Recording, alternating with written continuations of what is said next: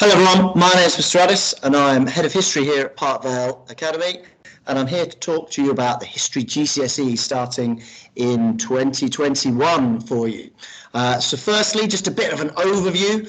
We have 4 different modules which we complete, which make up 3 exam papers. So the first one is a study of medicine through time from 1250 until the modern day, right up to what's happening in surgery today, and that is focused on Britain.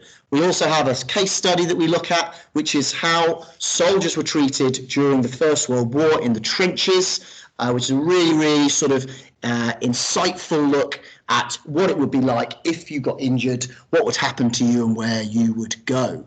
So that forms paper 1. Our second paper is made up of 2 modules. Firstly, Elizabeth I, 1558 to 1588, which looks at Elizabeth's early years as Queen up to and including the Spanish Armada. And the second half of paper 2 is a really interesting topic on the Middle East. So what is happening, what has happened in the last 50 years in the Middle East, in Israel and Palestine, from 1945 to 1995. So again, a really up-to-date module. Our final topic, which forms all of paper 3, is a study of Weimar and Nazi Germany from 1918 up until the start of the Second World War in 1939.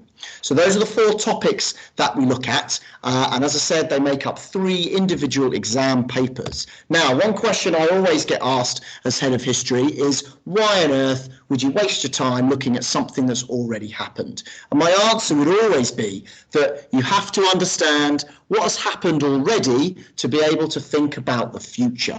And if you apply this idea to present governments and businesses and individuals and decisions that people make, you can make better choices by thinking about what might already have happened.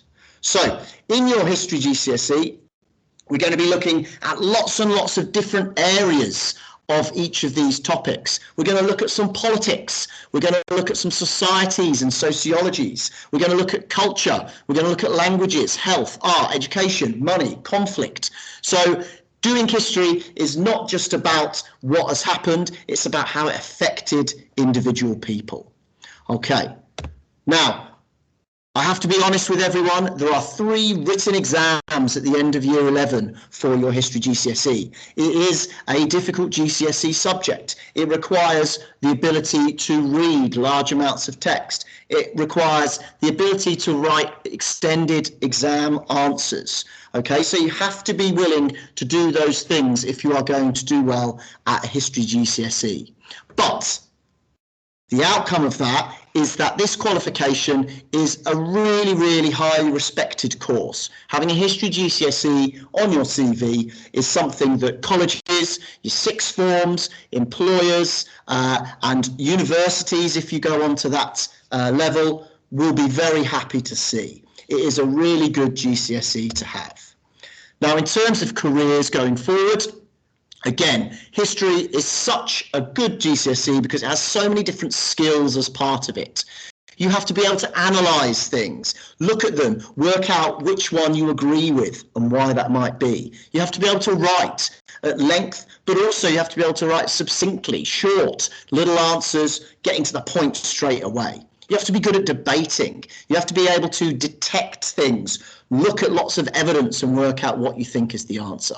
So because of that, there's a huge range of possible future careers if you take a History GCSE. So I've put a few down there: law, politics, business, marketing, journalism, economics, insurance, social research, and you could even become a teacher.